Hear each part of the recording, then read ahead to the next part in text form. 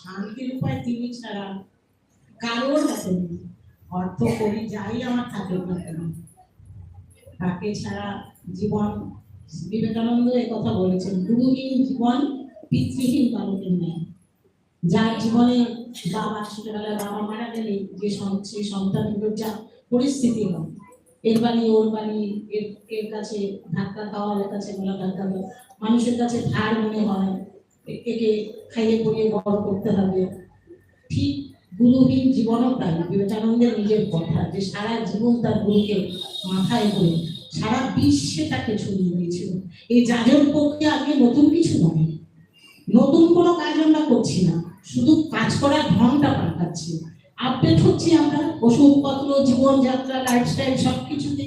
ধর্মটাকেও সুন্দর করে আপডেট করতে হবে।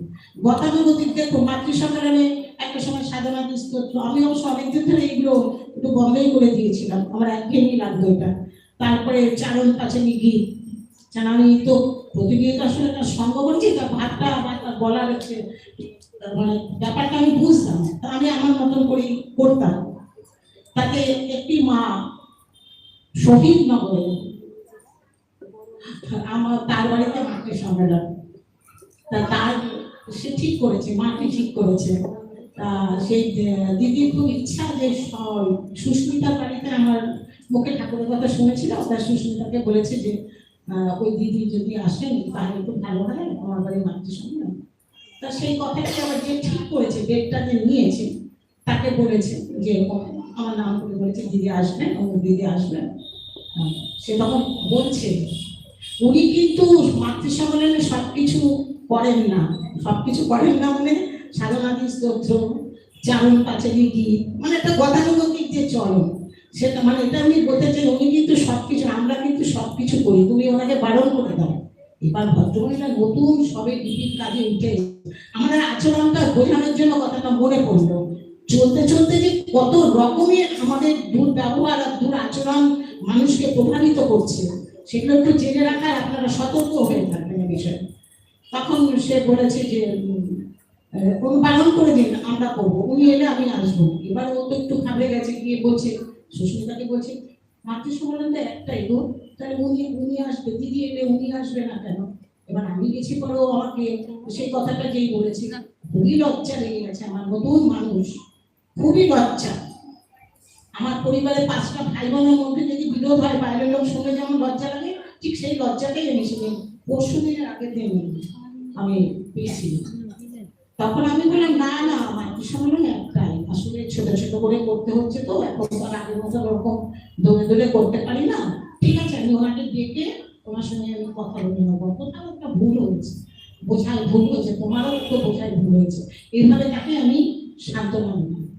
এই জন্য আমাদের স্বভাব চরিত্র, এরকম ঘটনা প্রচুর ঘটছে। জোর করে প্রেমে উদ্বুদ্ধ করতে পারছে না, ঠাকুরের প্রেম তো নেই, আত্মপ্রতিষ্ঠার জন্য যারা এই জগতে ঘুরে বেড়াচ্ছে, তারা নিজের প্রতিষ্ঠার জন্য মানুষকে মানে জোর করে মাতৃ সম্মেলন করাচ্ছে। মিটুক শ্রাবণ মাসটা আমি দেখছি ব্যাপারটা যে কি হচ্ছে কি না হচ্ছে, প্রচুর এইরকম মানুষ বিক্ষুব্ধ এবং বিক্ষিপ্ত হয়ে আছে। আমি দয়া করে সেদিন সূর্যানী বলতে মানপি আমাদের মধ্যে,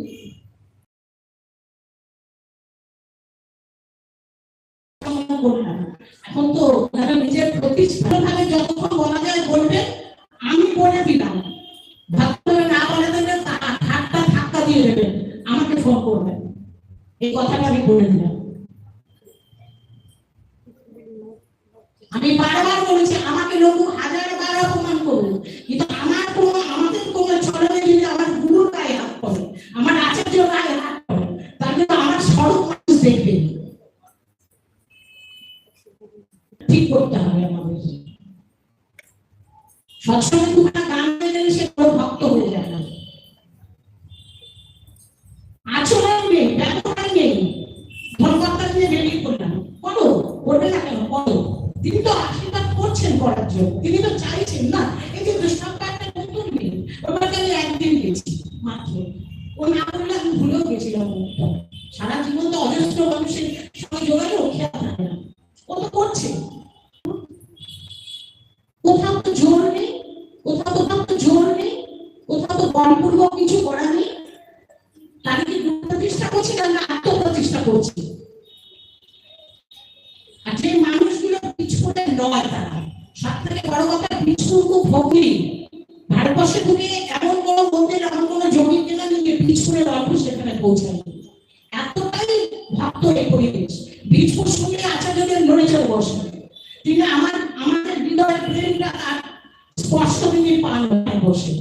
বিপদ কম আসে না বীজপুরের ওপর থেকে, আসতেই থাকে, কিন্তু আমাদের কেউ নামাতে পারে না। সেই জন্য আপনারা একদম সবাই মিলে এক কাঠটা হয়ে বেকায়দা দেখলেই ফোন করবেন, আর যেটা বলে দিলাম ভাদ্রমাসে না হবে সেটাই করবেন। কারণ অনেকদিন সহ্য করা হয়ে আছে, আর দুটো চারটে মানুষ তাদের সঙ্গে থাকে। এরকম কিছু মানুষ বাংলোর চত্বর এত ফোন, এত নালিশ আসে, জোর করে টাকা পয়সা নেওয়া, জোর করে সৎসঙ্গ করা, এই পোশাক করতে হবে কেন? তারপরে আমার কি প্রেম দেওয়া আছে যে আমি সেখানে জোর করতে পারি? আমাকে তো কেউ জোরও খাওয়াতে পারে না।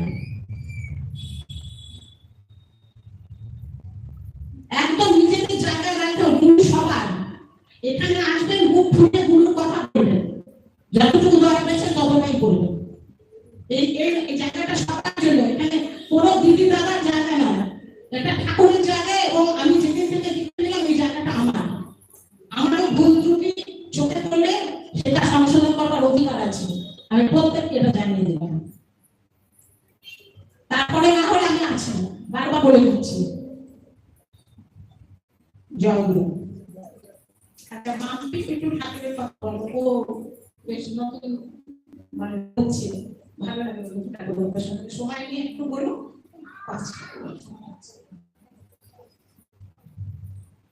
যদি ওইরকম একটা পরিস্থিতি পরিবেশের মানুষ শুনতে পারে কিরকম লাগে? আগাছা এসে মানে বিছুড়ে জায়গা দিয়েছে। যদি আমি না দিছি মা